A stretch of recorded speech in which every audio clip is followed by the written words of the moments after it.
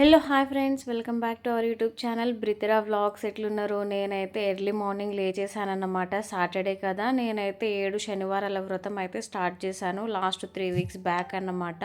ఇదైతే third week అన్నమాట. ఇంకా ఈరోజు అయితే నేను 3 ఓ క్లాక్ పెట్టాను అలారం, కానీ కొంచెం లేవలేక ఇంకా 3:50కి అలా అయితే లేచాను. ఆల్మోస్ట్ 4 అయ్యింది అనుకుంటాను. ఇక్కడ నేను మాట్లాడుతున్నా కానీ వాయిస్ కొంచెం డిస్టర్బెన్స్గా ఉంది, అందుకే మళ్ళీ వాయిస్ ఓవర్ అయితే ఇస్తున్నాను. అండ్ ఎర్లీ మార్నింగ్ లేచేసి ఇంకా ఇల్లు మొత్తం క్లీన్ చేశాను. నీట్గా క్లీన్ చేసిన తర్వాత అయితే గ్యాస్ కూడా క్లీన్ చేసేసాను. ఆల్రెడీ నైటే క్లీన్ చేసి పెట్టుకుంటాను.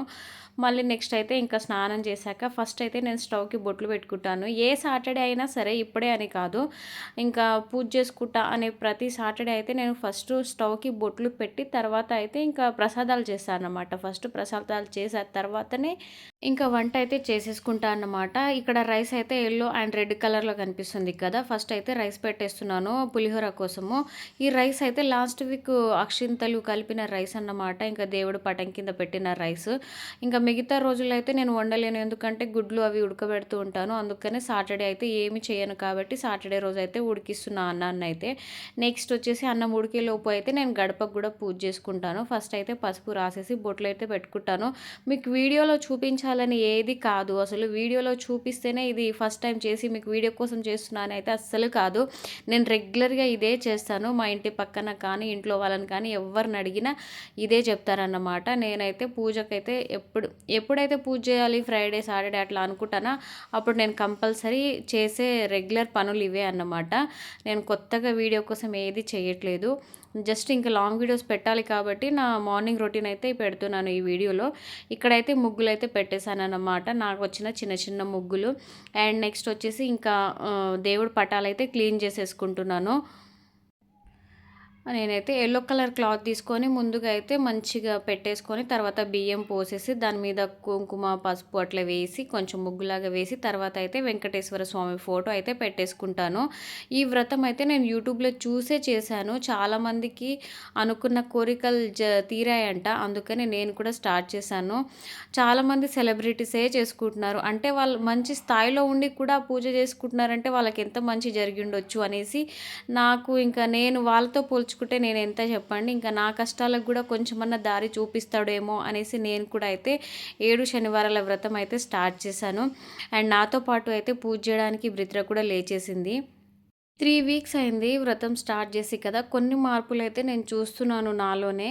అండ్ దేవుడినైతే చూస్తుంటే చాలా హ్యాపీగా అనిపిస్తుందన్నమాట నాకైతే. అసలు పూజ చేస్తున్నప్పుడల్లా నేనైతే వెంకటేశ్వర స్వామి మొహం చూసి అలానే ఉండిపోతాను. నిజం చెప్పాలంటే అసలు నేను చెప్తుంటే లిటరలీ నాకు ఎమోషనల్ అయిపోతున్నాను. అంత బాధ అనిపిస్తుంది అన్నమాట. ఏమన్నా ఇంకా ఉంటాయి కదా ఫ్యామిలీ ఇష్యూస్ అన్నీ, నేనైతే చెప్పుకుంటూ అన్నీ అట్లా చూస్తూ ఉంటే నాకైతే నిజంగా దేవుడు వచ్చే వింటున్నాడేమో నా బాధలు అన్నట్టు అయితే అనిపిస్తుంది.